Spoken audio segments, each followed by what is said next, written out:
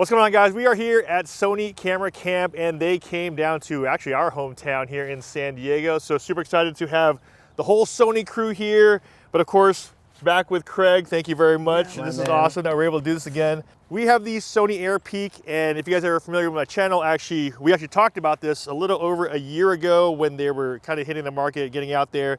But lots of new stuff. Yeah.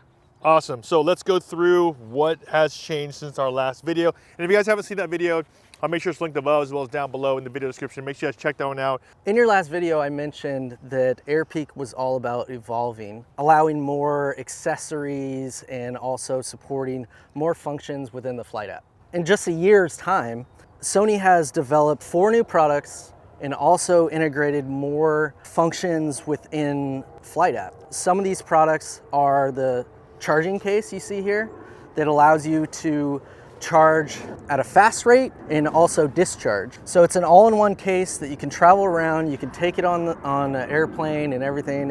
Yeah, let's talk about that. You talked about it a little bit earlier about how fast some of them can charge up to.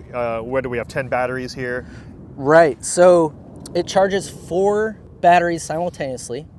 And if you have it on the quick charge, it charges within 30 minutes at 90%. Now, if you put it to full charge, it has to balance out the batteries, that extra 10%, right? And then it automatically swaps over to the second set of batteries. So you have 10 batteries here, 4 bays of charging. Sony is all about listening to the consumer. And one of those things was having longer flight time. Yeah. So Sony has developed a higher capacity battery.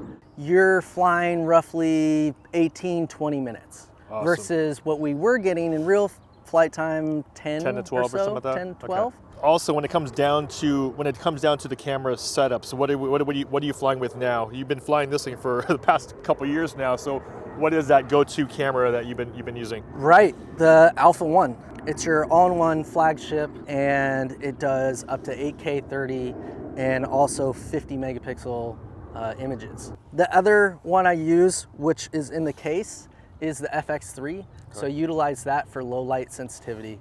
Well, cool. Let's get this thing up in the air. And like I said, he'll go through some of the actual updates that are in the app. Cool. So here we have the FX3 with the 1635 power zoom. And I love this setup for 2 reasons. One is that the FX3 has low light sensitivity, and I use this for a lot of night shots.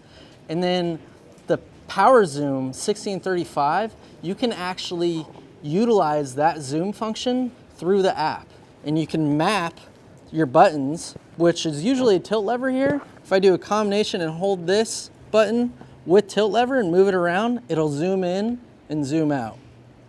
So that is super cool. It gives you a whole different type of perspective on a drone, and it's optical zoom, which you're not degrading any of your resolution. There it is, guys. A updated demo in the rain. Did not expect that. So nice update. Thank you so much, dude. I really appreciate it. Even though the rain had to come down, but hey, Airpeak did all right. Cool. If you guys want to see a lot more videos, of course, about the first video I did on the Airpeak, make sure you guys check it out down below. Huge thanks again to Sony, to Craig for coming out here. That's about it. I'll see you guys in the next video. Take care.